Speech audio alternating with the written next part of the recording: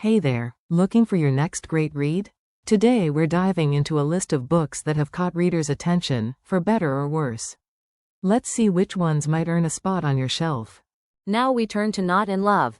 Eamon's comment, which received 1788 likes, offers an interesting perspective. I will kill myself if I don't get a man as obsessed with me as Eli was with Rue, so help me God ! Eli Kilgore is a slut. He really said, I'll cook, clean, take care of you, love you unconditionally, and worship the group you walk on even if I get none of that in return. This man looks at Rue like nothing else exists in the world. I forget to look at other things when you're around. God, he is so gentle and considerate and sweet and respectful. When he said he'd retire to service her full-time, I ripped my pillow in half with my teeth. Eli would get that vacuum seal gorilla grip through the bars from me, to say the least. Rue is me and I am her. She's so layered and real. The way she basically said, I like having him around. He's cool and makes me feel good. Guess I'll keep him. What a queen. I was so afraid that this story would just be her getting in the way of herself when it came to being with Eli officially, but I'm so glad their relationship went about the way it did.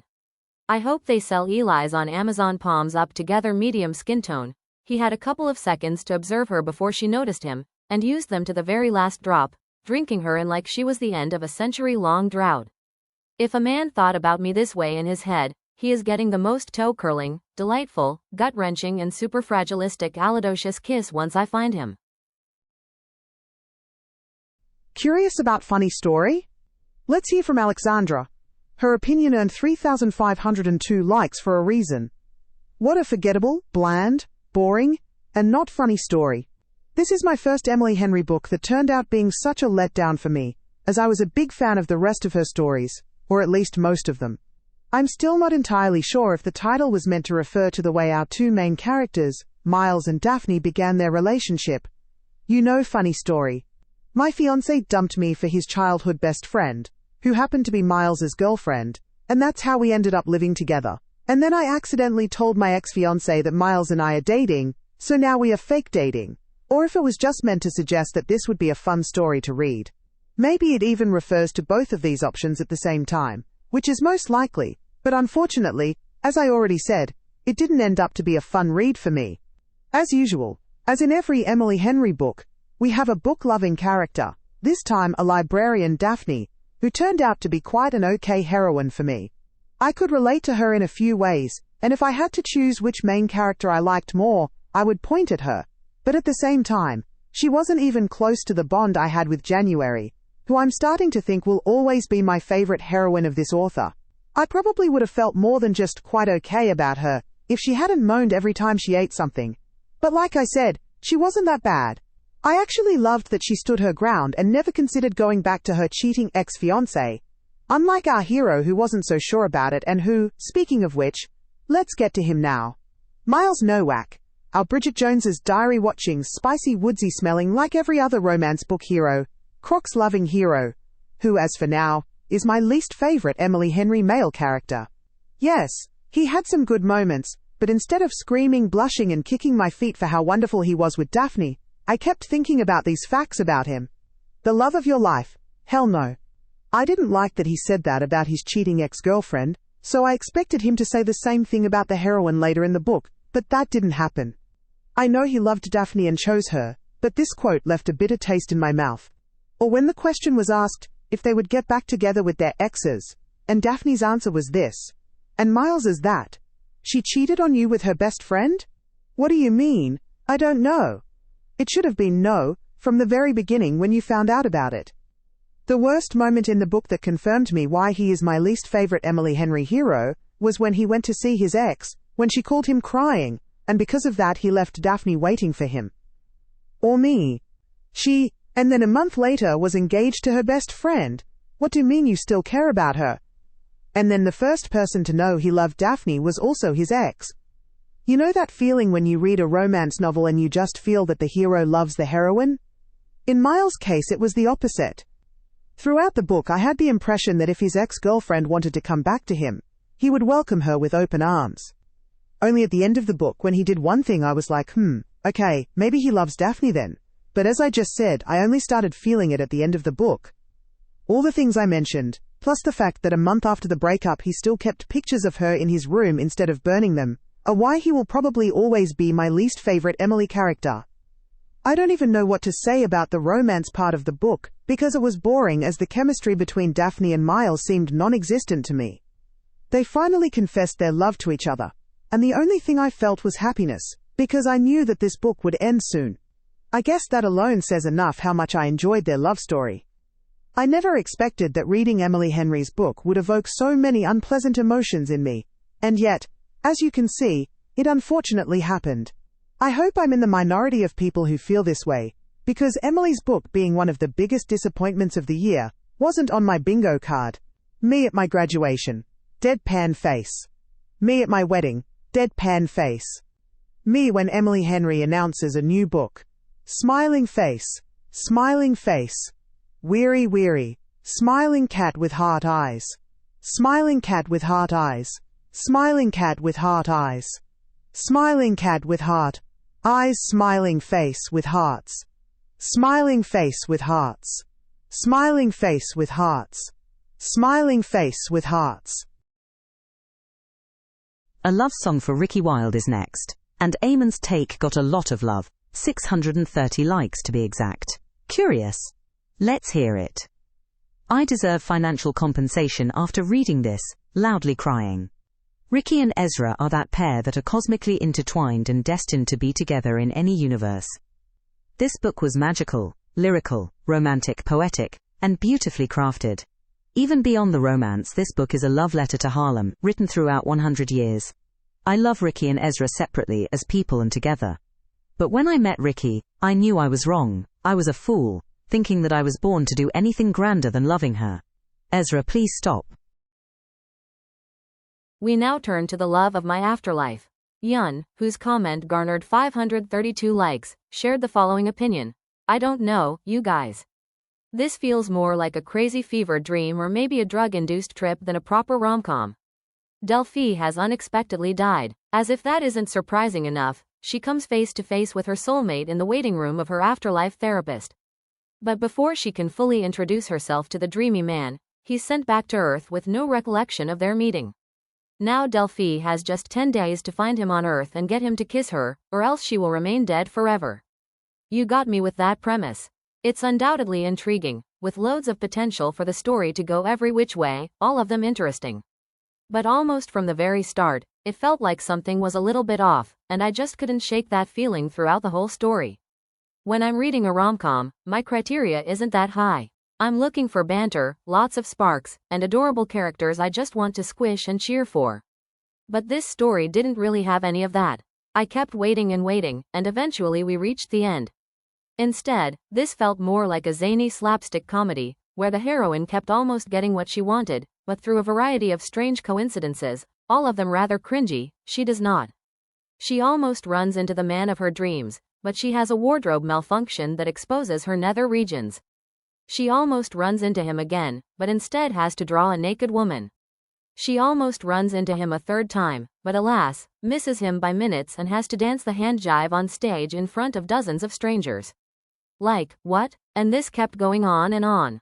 But what about the characters? Surely our heroine is sweet and lovable? Well, she's quirky, I'll give you that. And also rude and snippy. But for reasons unknown, the recipients of her ire all want to be her friend. They constantly invite her along to everything even though she has rejected them for years. The thing is, if someone were rude to me over and over, I wouldn't want to be their friend. But hey, I'm just a cold-hearted reader, so what do I know? Okay, but surely there is sparks and tension galore? Well, no on that front too. I didn't feel even a blip of chemistry anywhere in this story. Delphi is just her usual mean self to our main male character, and he takes it like a champ and still lusts after her. The one thing that's meant to make Delphi seem more sympathetic to readers is her relationship with her next-door neighbor, Mr. Yoon. But that was a miss for me too. The whole thing gave off a weird vibe. She kept treating him like a child who didn't know better even though he's just an old man who can't talk. So there you go. I suspect someone played a joke on me and swapped my copy of the book with one titled. Because that's the only explanation I have for why I didn't enjoy this book that everyone else so clearly adores. Tilde tilde tilde tilde tilde tilde tilde tilde tilde tilde tilde tilde.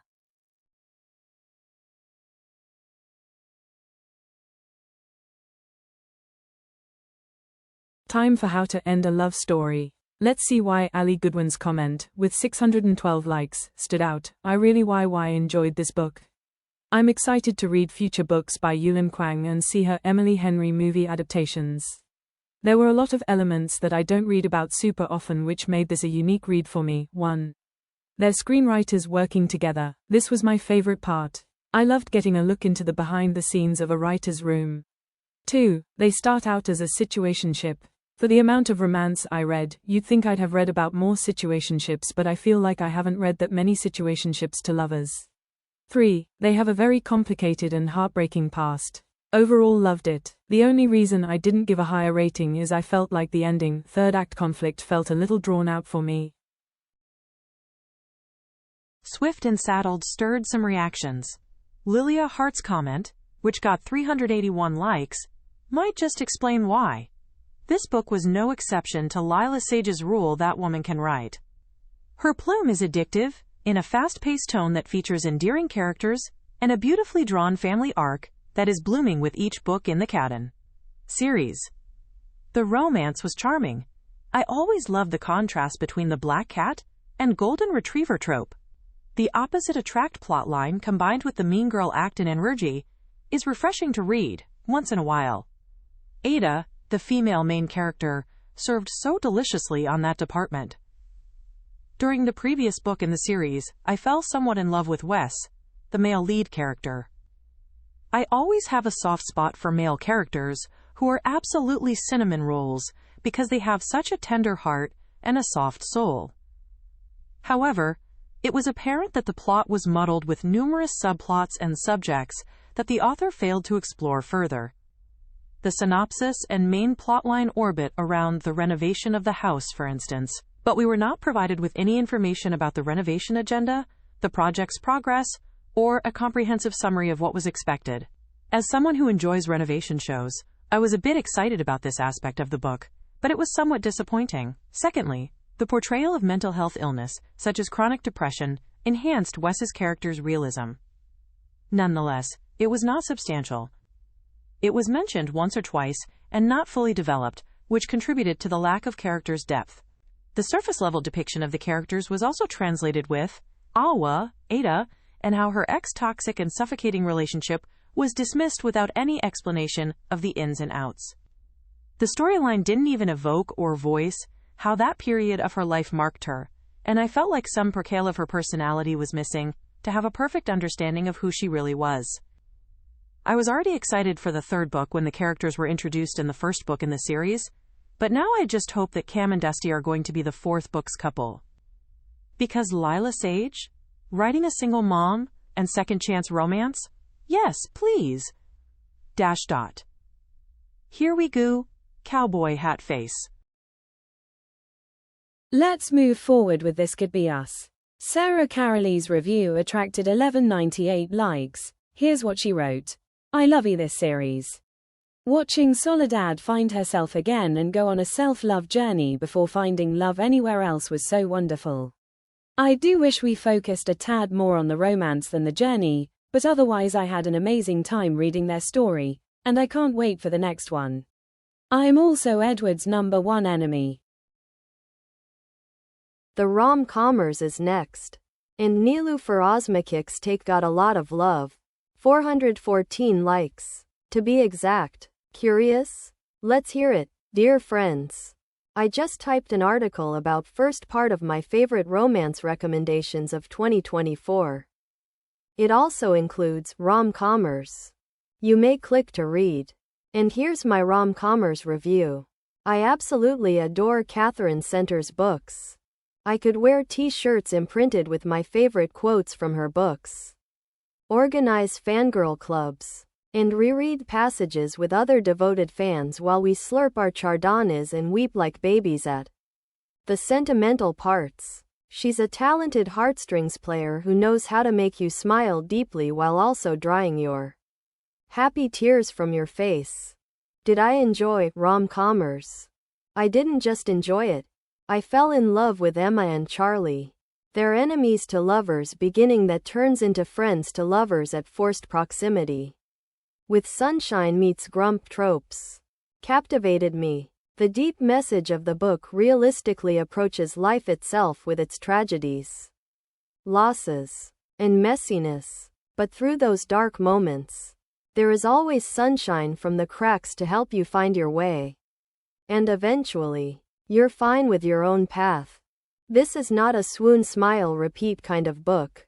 Even though there are moments like a grumpy guy turning romantic by tying your shoes, sharpening line dancing skills, or cooking donuts in a mess, ruining his kitchen with chocolate stains and confetti. There are also many heavy themes in this story that make you feel like glass pieces are stabbing into your heart at each turn. Death of a parent, guilt, paralysis, Meniere's disease, cancer, hypochondria, panic attacks, and more. Center's way of not sugarcoating but also not harshly handling these subjects. Her objective approach, and her ability to show the bright side of things even when they're wrapped in dark corners, resonates perfectly with readers who have experienced similar tragedies. Honestly, even though reading some parts of the book ripped my heart away and the last twist stirred me with frustration, I still loved everything about Emma and Charlie's not-so-perfect, flawed, complicated, but poignant, honest love story. Nothing can be perfect in real life without a little sadness and heartbreak. But eventually, happiness finds its way through the barriers we build and the emotional baggage we carry for years, allowing us to live fulfilled lives. Let's recap the synopsis. Enter Emma Wheeler, English teacher, 24/7 caregiver of her father for 10 years, delaying her plans to become a full-time screenwriter even though she created a few notable romance screenplays and passed her opportunity in a WB internship to take care of her family. Still dealing with the guilt of her mother's death in a climbing accident and her father's paralysis, she became the caregiver of her father, guardian mother, big sister of her 23-year-old little sister, who is about to graduate to chase her dreams in medical expertise as she keeps procrastinating her own life, trapped in a place with guilt, sadness, and longing, when her ex-boyfriend, who is also her agent, offers her the opportunity of her life to work on a rom-com with Charlie Yates, the screenwriter she's been fangirling over and harboring a longtime platonic crush on.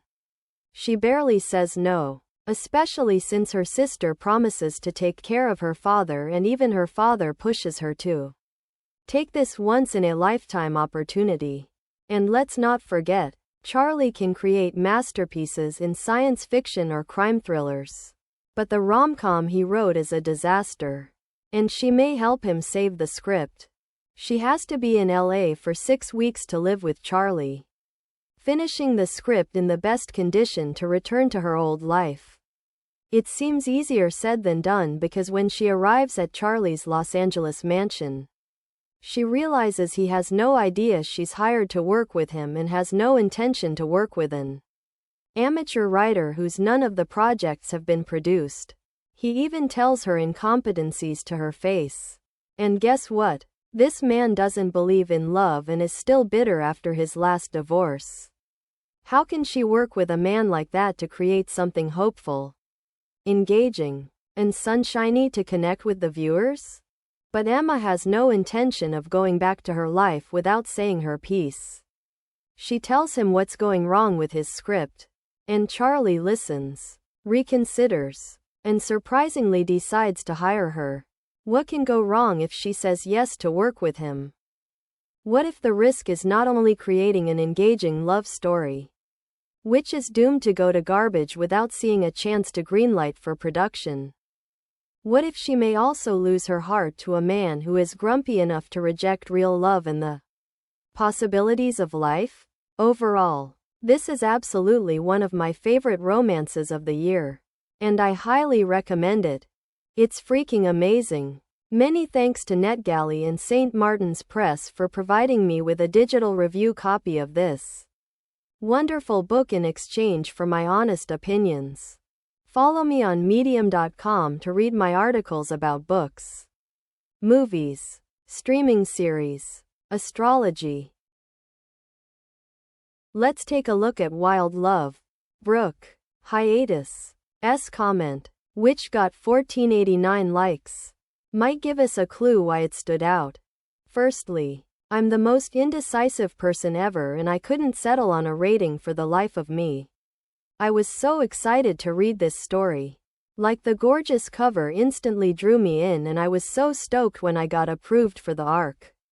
But this book was just so boring and it ended up falling short for me. I ended up skimming the last 20% BC. I just wanted it to be over. I felt no connection between these characters. How was Ford pining for Rosie for decades but he hasn't seen her in 10 years? That's why it all felt so forced to me. Why didn't he make his move earlier on if he loved her so much? He also kept having to repeat that he's always pined for her ever since they were young. Like who was he trying to convince that he's always loved her? Us or himself? BC, I wasn't buying it. BC, there is absolutely no chemistry between them whatsoever. There was also no angst, tension or build-up, plus the will they, won't they was so exhausting. It was going on for way too long and the bickering was kind of immature. Ford and Rosie are probably the most blandest couple I've read about in a while. The most down bad man ever and a former geek who turned into a billionaire. Oh wait, world's hottest billionaire, okay, slay IG. I loved how shy and awkward he would get around Rosie and how he wore her diary key around his neck. But his character was so boring. IDK if it was because he was written way too perfectly, but his POV would put me to sleep loudly crying. It was pissing me off how he kept implying that he started from nothing even though he is a nepo baby. I thought this was supposed to be a single dad romance, but a 12-year-old just randomly shows up at his front door and drops the "my dad died. My mom is now depressed. Oh, and I'm your daughter by the way" card on him. BC, he donated sperm at 19 as he needed $100 for concert tickets. Their first interaction was also, "Why are you saying to a 12-year-old that you?" And then she responds with, sorry. What 12-year-old is talking like that? LMAOO. The way it's worded, you would expect that from a 16-year-old. Not from a literal child. Also, why was everyone talking to Cora like she was a grown adult? I also found it weird how her mother just handed her off to a literal stranger so easily. It did kind of bug me that Ford would refer to Cora as his daughter. BC, she had her own family. He was just a random sperm donor. You're also trying to tell me that Cora has no relatives? Not even one? Lol. Anyways, I did admire Cora and Ford's vulnerable moments. It was RLY sweet to read about. She literally looks at him like he hung the moon and stars. IDK what it was about her character, but she just irked me so much. You know that feeling whenever someone talks and you just constantly want to roll your eyes? BC, they are pissing you off? Yeah, that's how I felt reading her POV. She literally has a BF, but she strings him along for half of the book even though she has feelings for Ford? Clown face like, girl, why are you still with that man when you both don't even have feelings for each other? And you both act like you are friends rather than romantic partners. You could have easily dumped him when you moved back to Rose Hill. And then when she does finally break up with him and that man is literally in tears, she says, "Why is Ford more important in this situation? Mons just got dumped and you're more worried about Ford." Just BC, your BF who you decided not to break up with shows up unannounced. I can promise you Ford's feelings was not more important in this situation. Was it RLY necessary for Rosie to be in a relationship? Absolutely not. It was useless. They didn't even speak to each other. She is also constantly referred to as bitchy and bratty, and I feel like she just took that and ran with it. Girly pop being a bitch isn't a personality trait and isn't the serve you think it is. Was this why she didn't have any friends? It was probably just me, but I felt like she written to be like Willa 2.0. Even though I didn't connect her character, I did love her relationship with Cora and that she was always there for her. The third act breakup or third act drama BCIDKWTF that was 90% into the book was completely unnecessary. Was it thrown in for shock value? Who knows, but it was absolutely ridiculous they made up so quick. I wish authors would stop doing that it just drags a book out when it should have been over. This was also a reason that detracted my overall enjoyment of this story. Regarding the sexual harassment, I wish it was touched on more. Rosie is sexually harassed by her previous boss who was in a position of power, but then she starts a sexual relationship with Ford, who is also in a position of power since he's her new boss. I wish they would have spoke about boundaries and what she's comfortable with. The first time they have sex, she's literally bent over a desk while at work. It kind of felt discomforting in a light of her previous harassment. There was also no personal development from Rosie. Rather than exploring her journey of healing, growth, or empowerment, the narrative seems to move on quickly, focusing more on her new relationship with Ford. This is a billionaire romance, but he does absolutely nothing to showcase that he is a billionaire. No, wait, he attends one gala at the end and throws $100K at Rosie like it was pocket change #goals smiling face. I am still confused on what his job actually was. He barely even works and Rosie just writes out spreadsheets for him once she is hired by him. What here screams billionaire? Will I be reading the next book? Of course. This being a complete miss for me won't stop me from continuing on this series, and West's character seems so fun. And he is an ACTUAL single dad, so I can't wait to read his book next. I feel like I need to go and continue on with the Chestnut Springs series from the things I've heard. I feel like I will enjoy that series more. Heart. Well, this was a huge disappointment. Loudly crying RTC. AAA, I just got approved for the arc. Face with hand over mouth beating heart. Here comes the Paradise Problem, and guess what? Brady Lockerbie's hot take scored 1044 likes. Let's read it. 4.5 rounded down, so good. Usually not a romance girl, but this one was it. The witty banter was perfection and had me laughing out loud so many times throughout. And chapter 25 hot face. Wish there was more emotional development for the MMC, which is why it's not a perfect 5-star, but still loved it. Moving on to This Summer Will Be Different. Ali Goodwin shared her thoughts, and 660 people liked what she had to say. 4.25 stars. I loved so much about this book. The summer vibes were vibing! And Felix and Lucy's chemistry was insane. This book takes place over several summers. I loved that we get to see Felix and Lucy not quite make it work for so long, but kept finding their way back to each other each summer. It felt like a very realistic romance to me, which I appreciated. They were two people who had to sort out their own lives before they could work as a couple. Isfile Gay. I enjoyed Carly Fortune's first 2 books, but this third one really cemented her as an auto-buy author for me. Also, please let me know if you have any summer romance recs. This was the only one on my list, and now I've read it. Cold sweat smile.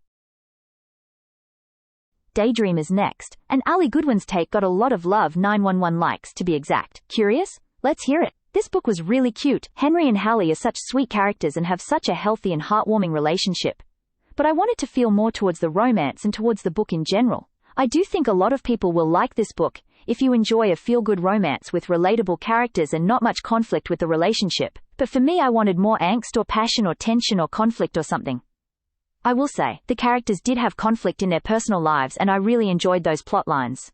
I found Hallie and her people-pleasing very relatable, and Henry is neurodivergent, which impacts his life in so many ways, from his relationships to his schooling. I really enjoyed reading and learning about Henry. Overall though, I liked Icebreaker and Wildfire a lot more. Very cute and sweet romance though. We now turn to King of Sloth. Eamon, whose comment garnered 1399 likes, shared the following opinion: King of Sloth? Ha, more like King of this P anyways. Black Cat FMC and Golden Retriever MMC will always be the elite dynamic, and I will go to war for this stance. All 10 toes down type shit. Xavier, you make me want to carve out our initials into a tree. Yuck, why were there more cameos in this book than a Disney Channel crossover episode? Don't get me wrong, I'm not complaining in the slightest. But good to know my Pookies are alive and well and thriving. Anyways, let me hyperfixate on this poet of a man, Xavier, for a minute. His descriptions of Sloane made me want to write them down using a quill pen. Her laugh unlocked a rush of dopamine, like a song I heard once and loved, but never discovered the name of, only to stumble upon it again years later. Xavier, you got it like that? I would lay my life down for this man. He was so fierce, protective, patient, and loving. My homies cannot know I fuck with him this hard. Confounded face. Sloane is me and I am her, afraid of commitment and heartbreak. But underneath all those shields of badassery is women worth moving mountains for. I loved how she put Xavier in his place every single time. Saw through his bullshit and pretty much lassoed his ass. She was standing on business and looked hot while doing so. The leash she has on this man should be studied. I'd use myself as a human shield to guarantee her safety. To have a man who respected her mind, soul, and boundaries, and to humbly support his powerful girlfriend. I might have shed a tear or 7. They deserve the world, and to cut me a check for my emotional state. Open mouth smile gun. The plot outside of the romance actually had my attention this time. The fact that they both came from tough love families. To Xavier kick-starting his business. The relationship between Sloane's little sister and Xavier face holding back tears. I get what she meant when Sloane said her ovaries were shaking. As were mine for more reasons than one. Lord, I wanna run my hands through his hair. My teeth were scraping through tree bark. Dotted line face. Time for the Cinnamon Bun Bookstore. Let's see why Yana's comment, with 500 likes, stood out. Okay, the name, the cover, the first book, everything points to this book being cozy, fall vibes. Well, color me fucking confused. BC, this is a summer romance? Hello, book 1 was way better. This just missed the mark on so many points. The main plot line of the book could have been way better. The ending was cute but could have been better. I'm still pissed at the fact that this wasn't a fall book that I was expecting. Our next book is A Sam, whose comment was liked by 1332 readers, had this to say: How, Liz? How do you do it? How do you manage to write the perfect man every time? I can't wrap my head around it. Nothing short of what I expected from this series. Another certified banger. Unbelievably excited for my poor baby Rio. Fuck yes, Isaiah and Kennedy. But my god, when will we get Rio's book? P.S. Liz, if you see this and wanna send me an ARC, I'll literally never shut up about it. Heart, hands, medium light skin tone. What did readers really think about Bride? Chan's comment, liked by over 5,092 people, might give us a clue. What are the odds she is a teeny tiny vampire and he is a tall, very large, very broad werewolf? He was in fact a size 14 shoe. Which didn't scare me as much as Mr. Man's incredible, inflatable, probably million-inch cock. Water wing dick aside, this was fabulous. We need more paranormal in 2024. Thank you.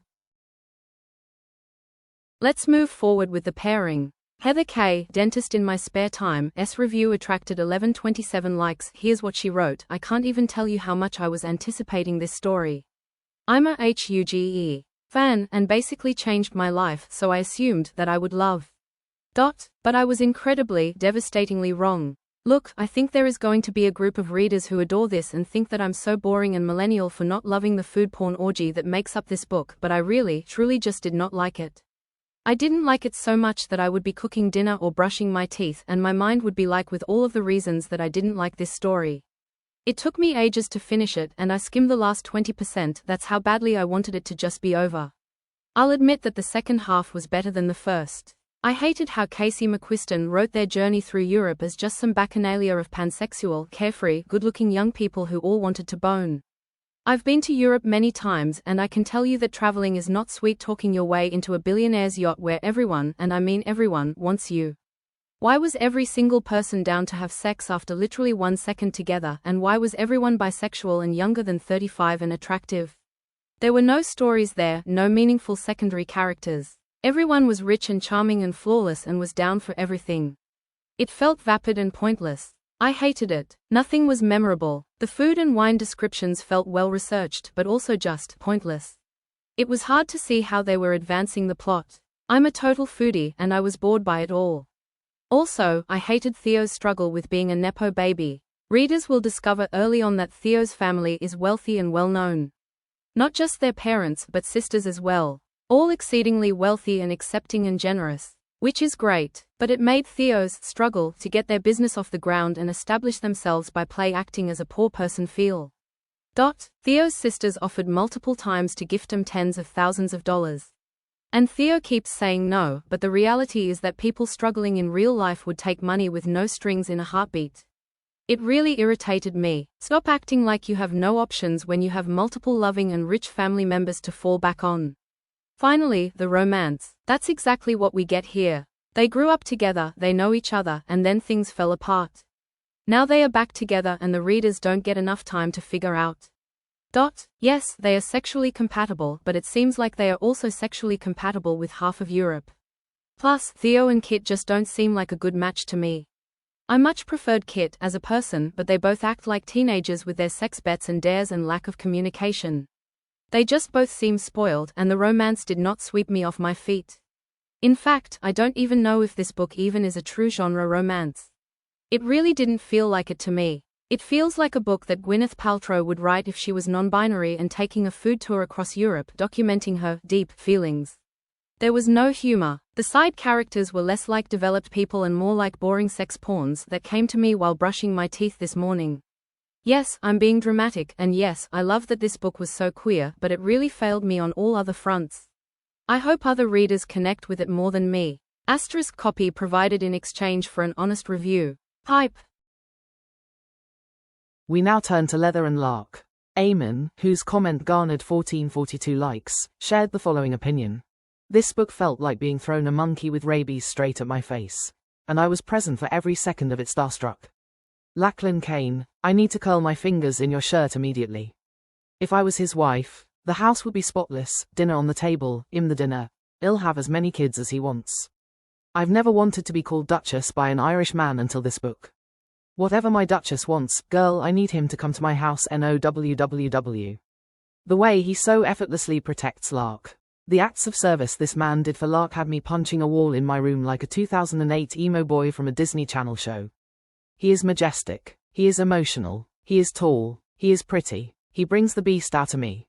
Confounded face, whenever she leaves the room, it's as though the warmth disappears. It's like returning to a version of myself that isn't me anymore. Lachlan, if you don't kiss me. Gun. Lark Kane. This iconic multiple deleter while also having her man wrapped around her finger. The fact that she introduces herself as Lark Kane every time, slammed her updated driver's license to the family dinner table, and corrects anyone that calls her by her maiden name. She was standing on business. My favorite scene was the last epilogue for various reasons. Marriage of convenience will always be a superior trope for things like this said. Whether our vows were real or not, whether she believes them or not, whether she uses her name or mine, she's definitely reminded me of the ultimate truth. For better or worse, we are stitched together.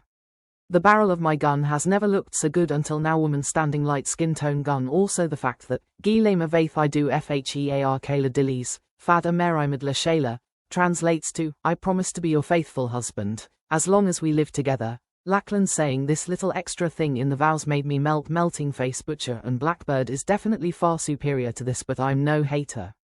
I'm nothing if not a girl entertained by killers in love. Alright, let's check out Just for the Summer. Here's what Destiny Sidwell said.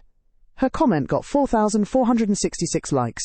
Wow, this book gives Golden Retriever, if he wanted to, he would MC, and a complex, good-hearted, kind and layered FMC, who when brought together, make this story magical. The chemistry is something I could almost reach my hand out and feel, radiating off the page. The honesty and communication